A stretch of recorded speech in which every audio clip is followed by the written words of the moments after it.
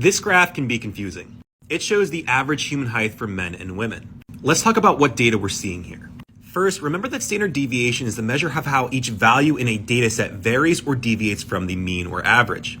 That's basically a fancy way of saying the average amount of variability in a data set. Now, these bell curves can also sometimes be called just normal distribution. In the middle of these bell curves is the mean or average. You can calculate standard deviation using a big equation, but we're not going to go over that here.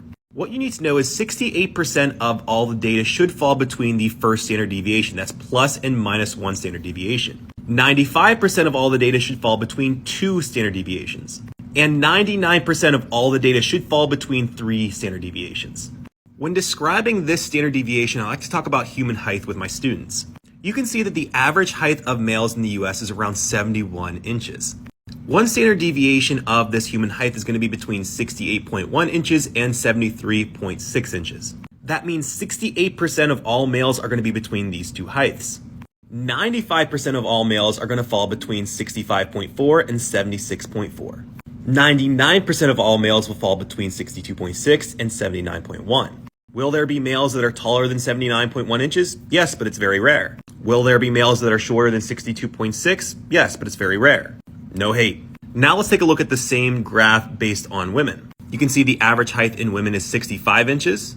Their first standard deviation is between 62.5 and 67.5. The second standard deviation is between 60 and 70. And the third is between 57.5 and 72.5.